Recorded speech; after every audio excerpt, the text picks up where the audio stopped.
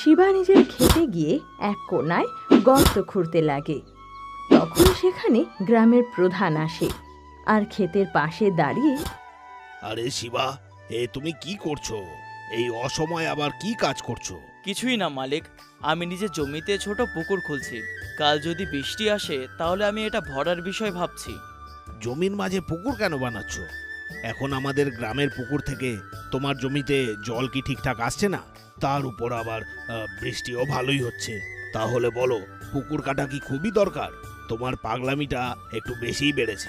কিছুই না মালিক, এই পুকুরটি এখন আমরা নাও ব্যবহার করতে পারি, কিন্তু কাল কেমন হবে কেউই বলতে পারে না।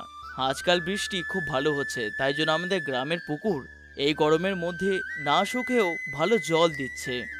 কিন্তু কাল যদি আবার না বৃষ্টি হয় তাহলে আমাদের পুকুর শুকিয়ে যাবে। তখন আমাদের ফসলের জন্য কার ওপরে নির্ভর থাকবো বলুন তো? তাই জন্য আমি এই পুকুর খুলছি।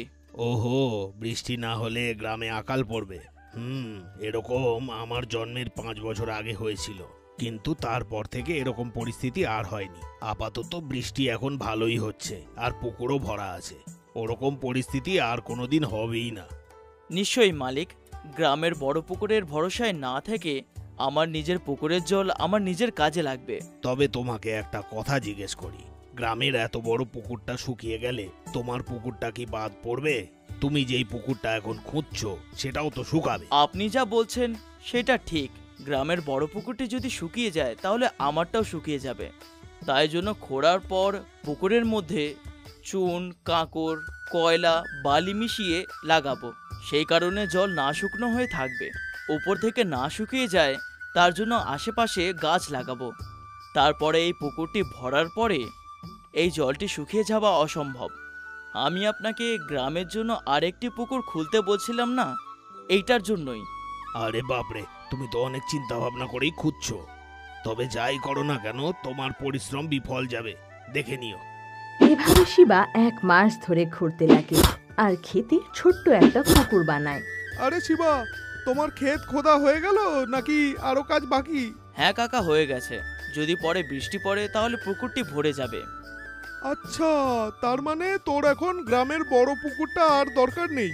হ্যাঁ, আমার ওই পুকুরের কি বা দরকার হতে পারে বলুন তো? আমার 5 বিঘা জমির মধ্যে জলটি কুলিয়ে আমি পরের জনকেও আর গ্রামের লোকদেরকেও জল দিতে পারবো। তোর পুকুরের জল আমাদের কি দরকার? তোর জল তুই নিজেই খা। এইভাবে কয়েক মাস পর ভালো বৃষ্টির জন্য শিবার পুকুর ভরে ওঠে। একদিন শিবা নিজের ক্ষেতের কাজ শেষ করে বাড়ি ফিরছিল।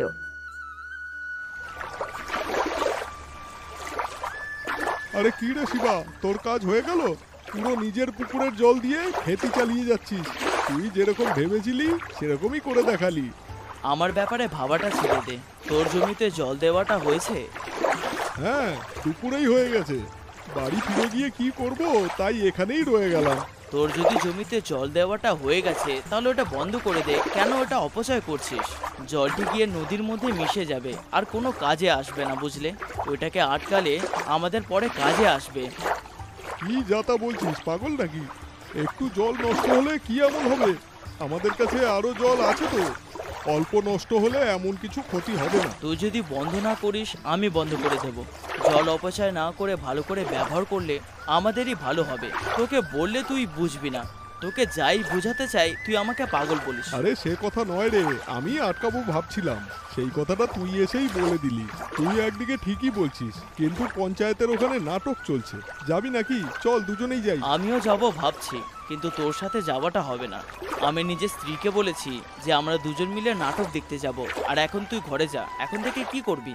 তারপর শিবা ঘরে ফিরে আসে।